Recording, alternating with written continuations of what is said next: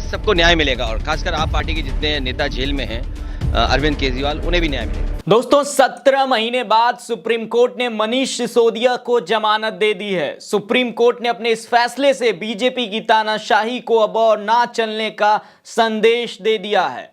पिछले 17 महीने से जेल में बंद दिल्ली के पूर्व डिप्टी सीएम मनीष सिसोदिया को सुप्रीम कोर्ट ने यह कहकर रिहा कर दिया कि केस में अब तक 400 से ज्यादा गवाह और हजारों दस्तावेज पेश किए जा चुके हैं। आने वाले दिनों में केस खत्म होने की दूर दूर तक कोई संभावना नहीं है। ऐसे में सिसोदिया को हिरासत में रखना उनके स्वतंत्रता के मौलिक अधिकार का उल्लंघन होगा।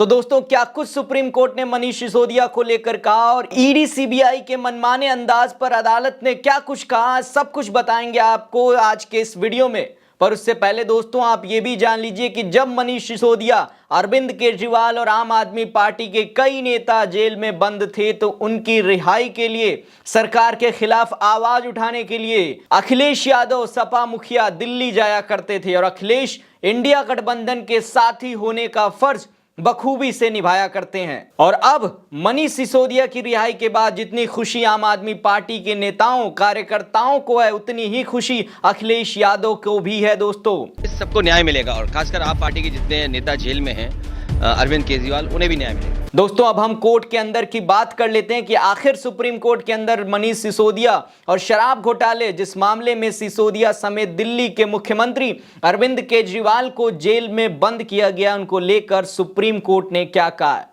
तो देखिए दोस्तों, सुप्रीम कोर्ट ने आज अपना फैसला सुनाते हुए कहा कि जमानत के मामले में हाई कोर्ट और ट्रायल कोर्ट सेफ गेम खेल रहे हैं। सजा के तौर पर जमानत से इनकार नहीं किया जा सकता।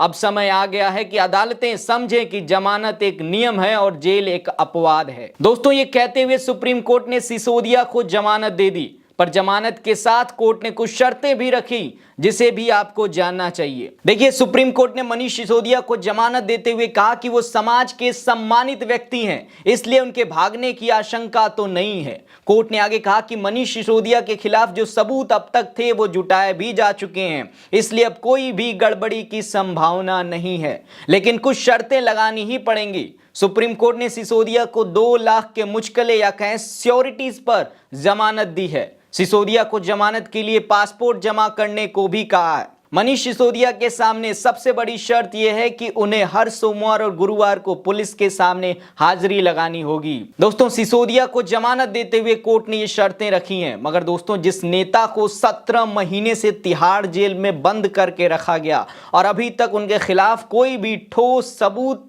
ईडी और सीबीआई कोर्ट के सामने पेश नहीं कर सकी, उस मामले में सुप्रीम कोर्ट ने यह कहते हुए जमानत दे दी कि यह अधिकार का दुरुपयोग है, यह गलत है। और अगर कोर्ट की भाषा में जो सुप्रीम कोर्ट ने कहा कि यह खेल कभी खत्म ही नहीं होगा या सरकार की तानाशाही कभी खत्म नहीं होगी, इन सब का हवाला देते हुए कोर्ट ने सिसोदिया को दिल्ली शराब नीति घोटाले से जुड़े सीबीआई और ईडी दोनों केसों में जमानत दे दी है। दोस्तों, कोर्ट से जमानत के बाद सिसोदिया शाम तक जेल से बाहर आ सकते हैं, जिसके लिए सुप्रीम कोर्ट की order copy Rouse revenue court भेजी जाएगी।